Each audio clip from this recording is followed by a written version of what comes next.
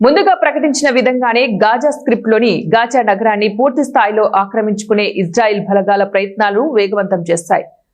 జైటౌన్, షెజాయియా, సబ్రా ప్రాంతాలపైన రాత్రంతా బాంబు దాడులు కొనసాగాయి. ఈ సైనిక చర్య కోసం ఇజ్రాయిల్ ప్రధాని నేతన్యాహు 60,000 రిజర్వ్ బలగాలను త్వరలోనే రంగంలోకి దించుతామని ప్రకటించడం తెలిసిందే. అందుకు వేదికను సిద్ధం చేసేందుకు గాజా నగరానికి సమీపంలోని జబాలియాలోని భవనాలను సైతం ఇజ్రాయిల్ బలగాలు పేల్చివేస్తున్నాయి. ఇజ్రాయిల్ ఆర్మీ దాడుల్లో 24 గంటల వ్యవధిలో కనీసం 64 మంది చనిపోగా సుమారు 300 మంది గాయాల పాలయ్యారని హమాస్ ఆధ్వర్యంలో గాజా ఆరోగ్య విభాగం తెలిపింది.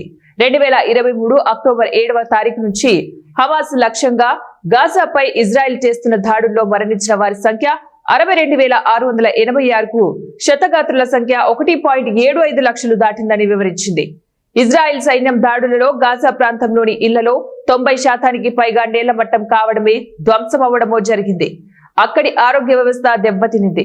మొత్తం 36 హాస్పిటల్స్ కు గాను 18 హాస్పిటల్స్ అది పాక్షికంగా పనిచేస్తున్నాయి.